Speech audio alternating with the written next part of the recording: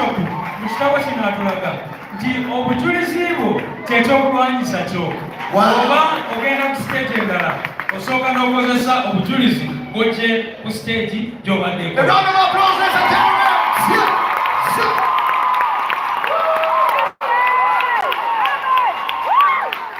Everybody give some flowers, man.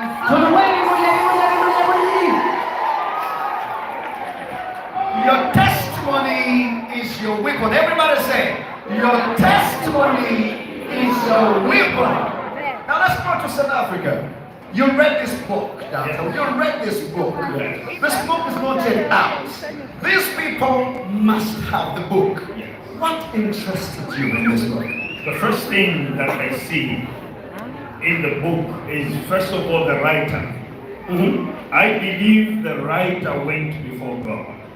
Okay. Secondly, I believe the writer went into his past, his own very past, to see what he has gone through.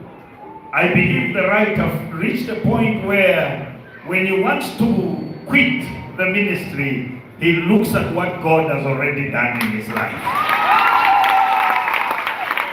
The same, what captured me very much, and everybody it's a must read on what the council said just now, that you need to know how to please God, or when you are pleasing God, or when you are pleasing people. Come on now. Lastly, on this point, the Israelites, we read about them, but sometimes we glorify them thinking that they never rebelled against God.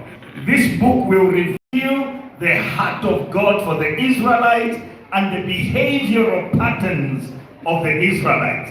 I believe when you look at how these very people who are written in the Bible, how they behaved, how they moved with God, how that sometimes they rejected God. You know what? You don't force me to give you the whole book. You need to buy a copy so that you can see what God has said. Put your hands together. This is so interesting. Now we say it again because it's going to become our slogan, everybody. Your testimony is your weapon. Everybody. I can hear you. What? My testimony is my weapon. Now, we have a son of the land. This is a man who has grown up here. He knows the depth of the book, and he knows everything. But he read the book, and when I was interacting with you, sir, you made mention that this is a very, very special book. How special is this book?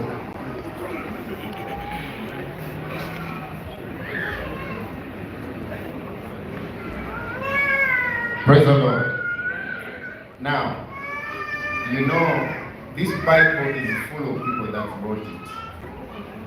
One time, I said to myself that if the Bible could be rewritten, if they could add more books on the Bible, the book of David Lubongoya would be amazing.